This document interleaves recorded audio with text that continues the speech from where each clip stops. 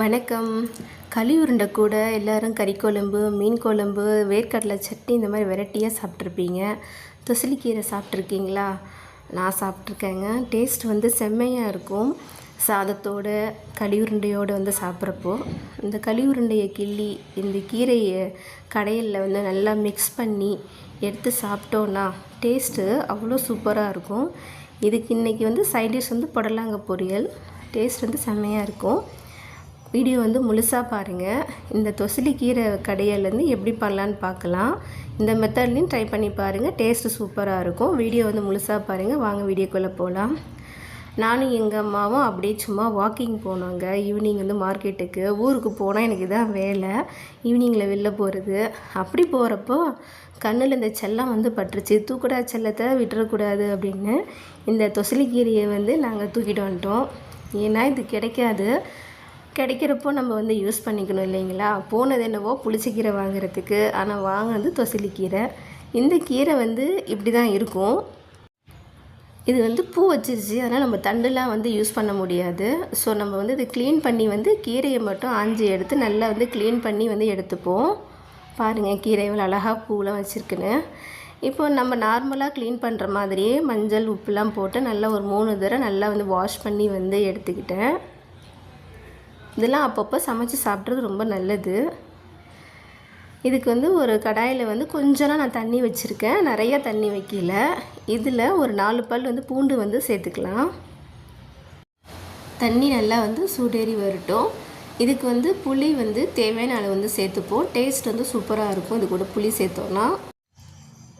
புளி சேர்த்துட்டு இப்போ அடுப்பில் வச்சாச்சு. இப்போ நம்ம அலசி வச்சுருக்கிற கீரை எல்லாத்தையும் இதில் சேர்த்துப்போம். கீரை எல்லாத்தையும் சேர்த்தாச்சு. இதை அப்படியே வேக விட்டுடலாம். மூடியெலாம் வைக்க வேணாம். ரொம்ப டேஸ்ட்டாக இருக்குங்க இந்த கீரை சாப்பிட்றதுக்கு. வெந்து வரட்டும். பாருங்கள் கீரை வெந்துருச்சு. இப்போ நான் தண்ணி கொஞ்சம்னா கம்மியாக வச்சதுனால கீரை தண்ணி இல்லாமல் இருக்குது. உங்களுக்கு தளர்த்தியாக வேணால் இன்னும் கொஞ்சம் தண்ணி நீங்கள் சேர்த்துக்கலாம் வேகிறப்போ.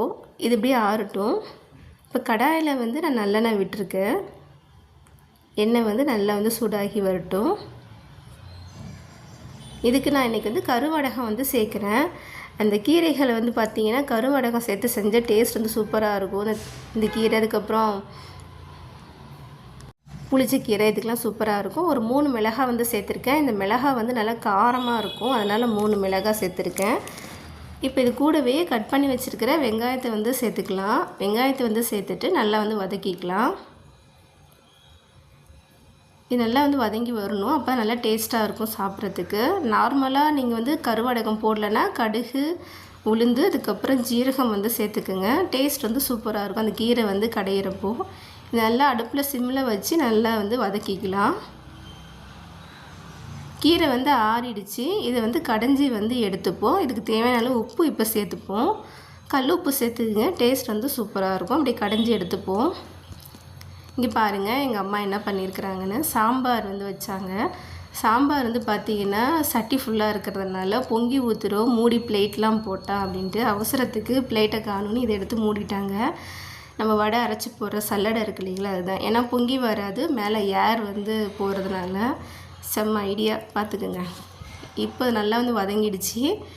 இப்போ கீரையும் கடைஞ்சாச்சு. கடைஞ்ச கீரையை எடுத்து இதில் சேர்த்துப்போம். நான் இன்றைக்கி கெட்டியாக தான் கடைஞ்சிருக்கோம். உங்களுக்கு வேணால் நீங்கள் தளர்த்தியாக கடைஞ்சிக்கிங்க. கீரையெல்லாம் சேர்த்துட்டு உப்பு செக் பண்ணிக்கிங்க. இப்போ ஒரு நிமிஷம் நல்லா வதக்கி எடுத்துப்போம். நல்லா மிக்ஸ் பண்ணி எடுத்தோன்னா தொசலிக்கீரை கடையல் ரெடி ஆகிடுச்சு. சாப்பிட்றதுக்கு அவ்வளோ அருமையாக இருக்கும் இந்த கீரை. அவ்வளோதாங்க, தொசலிக்கீரை கடையல் ரெடி. நீங்களும் இந்த மெத்தடில் ட்ரை பண்ணி பாருங்கள். டேஸ்ட் சூப்பராக இருக்கும். ஒரே மாதிரி சாப்பிடாம இந்த மாதிரி வித்தியாசமாக களி கூட இந்த மாதிரி கீரை கடையில் சாப்பிட்டு பாருங்கள். சூப்பராக இருக்கும். நன்றி, வணக்கம்.